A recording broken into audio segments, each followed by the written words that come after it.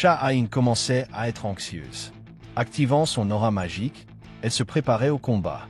De son côté, Sung Jinwoo venait tout juste d'invoquer Beru, son ombre la plus puissante. Avant de commencer, il demanda à Sha-Ain si elle était vraiment sûre de ce qu'elle faisait. Voulait-elle vraiment affronter cette ombre? Dans ses pensées, Jinwoo réfléchissait. Beru est plus faible qu'avant, puisqu'il est maintenant l'une de mes ombres. Cependant, il a été créé pour être une arme vivante, faite pour exterminer des chasseurs. Pour que ce combat soit équitable, je dois donner un avantage à la chasseuse Sha-Ain. Beru se tourna alors vers son maître et demanda quelles étaient ses instructions. Jinwoo répondit avec fermeté. Battre Sha-Ain, mais sans la blesser. Beru accepta sans hésitation. Puis, il fonça. La fourmi des ombres poussa un cri puissant et sa mana explosa d'un seul coup. L'impact fut dévastateur. Les ampoules commencèrent à éclater les unes après les autres et l'environnement plongea dans l'obscurité. Les fenêtres et les luminaires du lieu furent instantanément détruits. La puissance de ce monstre était absurde. Sha-Ain était stupéfaite. Comment Sung Jinwoo a-t-il pu vaincre une chose pareille, se demandait-elle. Beru se prépara au combat. Ses griffes noires se déployèrent, prêtes à frapper. Mais avant qu'il ne puisse agir, Jinwoo avertit une fois de plus son subordonné. « Maîtrise-toi.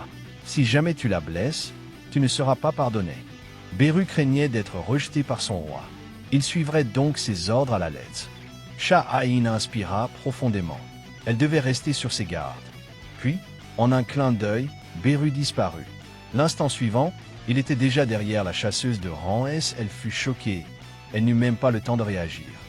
Ce combat va-t-il se dérouler comme la dernière fois? Pensa-t-elle, tournant rapidement pour contre-attaquer. Mais cette fois, elle n'hésiterait pas. Elle attaqua sans réfléchir à deux fois. Cependant, cela ne servit à rien. Beru intercepta sa lame avec seulement 3 doigts. S'il l'avait voulu, il aurait pu mettre fin au combat à cet instant. Mais son roi avait été clair, vint l'ennemi sans blesser. Ainsi, Beru mit en évidence la différence écrasante entre leurs pouvoirs, une différence si grande qu'elle suffirait à lui faire perdre l'envie de continuer à se battre. Cependant, cela restait trop simple. Sha-Ain ne s'arrêtait pas. Épée en main, elle continuait d'attaquer Beru, enchaînant coup après coup. Mais, aussi féroce que soient ses assauts, le commandant des ombres esquivait avec aisance, se déplaçant avec une agilité terrifiante. Puis, Sha-Ain tenta quelque chose de différent. Un coup précis. Cette fois, son objectif était de transpercer le corps de Beru. Elle avança, rapide et déterminée. Mais, au dernier instant, comme toujours, Beru esquiva sans le moindre effort. La différence entre leurs forces était flagrante, tant en puissance qu'en vitesse. Mais la chasseuse de rang S refusait d'abandonner. « Ce n'est pas encore fini », déclara-t-elle, attaquant à nouveau avec son épée.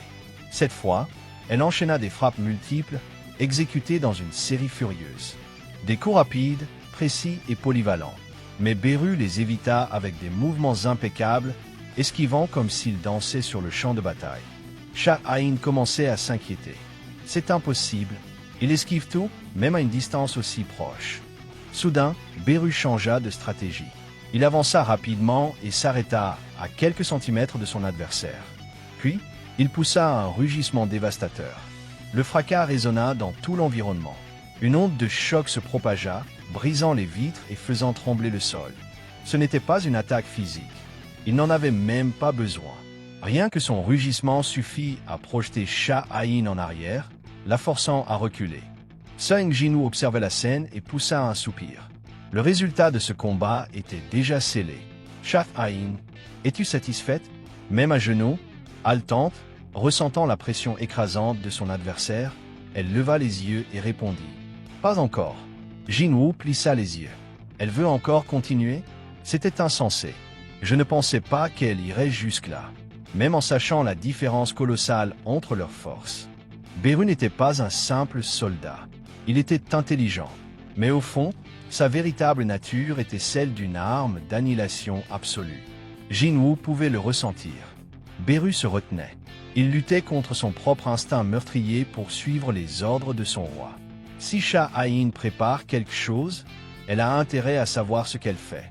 Beru fixait son adversaire, ses yeux brillants d'intensité. Quiconque observait ce combat comprenait immédiatement. Là, il y avait un chasseur et sa proie. Beru ne pouvait tolérer que la proie défie le chasseur. Alors, il chargea. Sa vitesse était terrifiante.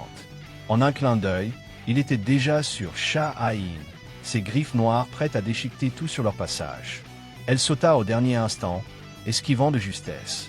Mais l'impact du coup fut dévastateur. Les griffes de Beru lacérèrent le sol comme s'il était en papier. Pas seulement le sol, même l'acier était tranché comme s'il était fait de beurre. Beru n'hésita pas. Il se préparait déjà pour la prochaine attaque. Mais quelque chose changea. Shah-Ain leva son épée. Cette fois, elle était différente. Elle concentrait toute son énergie magique dans la lame. Cette technique s'appelait la danse de l'épée.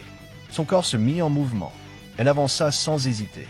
Et, en un instant, elle attaqua Beru de toutes ses forces. La lame de Shah-Ain brillait comme si elle était le soleil lui-même. Elle voulait trancher son ennemi. Beru se prépara. Shah-Ain fonça et porta son attaque. D'un geste rapide, la fourmi des ombres saisit l'épée dorée avec une telle force que la lame se brisa. Mais cela ne la surprit pas. Elle s'y attendait déjà. Il ne lui restait plus qu'une seule chance. Son corps était épuisé. Son énergie magique presque entièrement consumée. Mais c'était suffisant. Elle concentra le reste de sa magie dans la lame brisée. L'épée brilla alors d'une lumière intense, formant une nouvelle lame entièrement composée d'énergie magique. C'était comme si un faisceau de lumière pure avait été façonné sous la forme d'une épée. Le nom de cette technique correspondait parfaitement à son apparence. Lame de lumière. Shah-Ain avança une fois de plus. Cette fois, Beru ne put réagir à temps. La lame traversa sa poitrine. Sung Jinwoo écarquilla les yeux. Elle ne pouvait pas avoir fait ça. Pendant un instant, l'esprit de Beru s'effondra. Un ordre simple et instinctif refit surface dans son subconscient. Un ordre gravé en lui depuis sa naissance. Exterminer l'ennemi. Les yeux de Beru s'illuminèrent d'un rouge intense. À cet instant, il redevint ce qu'il avait toujours été. La fourmi assassine créée pour anéantir les chasseurs. Son corps bougea instinctivement. Une attaque dévastatrice. L'attaque d'un monstre capable de surpasser des chasseurs de rang S. Beru ne réfléchit pas. Il ne fit qu'obéir à son instinct. Il voulait tuer Shah-Ain. Sung Jinwoo cria « Arrête !» Mais c'était trop tard. Shah-Ain n'avait plus d'énergie. Elle ne pouvait plus se défendre. La fin était arrivée. Les griffes noires de Beru foncèrent pour la tuer. Mais avant qu'elle ne puisse l'atteindre, une explosion, une onde de choc de puissance secoua tout autour. Lorsque la poussière retomba, la scène surprit tout le monde. Sung Jinwoo se tenait debout devant Beru. Il retenait les griffes de la fourmi des ombres avec ses propres mains. Shah-Ain resta bouche bée. Même Beru se figea, retrouvant soudainement ses esprits. Jinwoo regarda directement son subordonné et d'un ton froid et imposant, déclara « Je t'ai ordonné d'arrêter ». D'une main, il tenait fermement l'une des griffes de Beru. De l'autre, il plaquait l'autre griffe contre le sol. La force écrasante du chasseur le plus puissant de Corée était indéniable. Beru bondit en arrière, s'éloignant immédiatement. Il baissa la tête, tremblant. Il avait déçu son roi. Alors, il s'agenouilla devant Jinwoo et d'une voix tremblante, implora « Mon roi, je vous en prie, pardonnez-moi ». Jinwoo poussa un soupir. Il savait que Beru n'avait pas agi de son propre chef. Mais pour l'instant, son attention était ailleurs. Il tourna son regard vers Shah-Ain. « Est-ce que ça va ?» demanda-t-il. Elle acquiesça, encore un peu sonnée. Jinwoo la fixa quelques secondes avant de demander « Pourquoi fais-tu ça ?» Shah-Ain ne répondit pas. Il continua. « Tu n'avais pas besoin d'aller aussi loin juste pour entrer dans ma guilde. » Il croisa les bras. Ce n'était qu'un test. Un test pour une guilde sans aucune réputation. Ça ne vaut pas la peine de risquer ta vie pour ça. Y avait-il autre chose derrière tout cela? Jinwoo voulait savoir. Quelles étaient les véritables intentions de Shah-Ain? Mais la chasseuse resta silencieuse. « Est-ce que tu t'intéresses à moi ?» Shah-Ain ouvrit de grands yeux, surprise.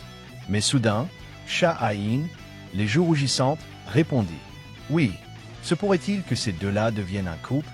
Ne manquez pas le prochain épisode de Solo Leveling ici sur la chaîne. Dites-moi en commentaire ce que vous avez pensé de cette vidéo et si je devrais continuer à partager cette histoire sur la chaîne. Votre avis est essentiel pour faire grandir ce projet. Merci beaucoup d'avoir regardé jusqu'à la fin.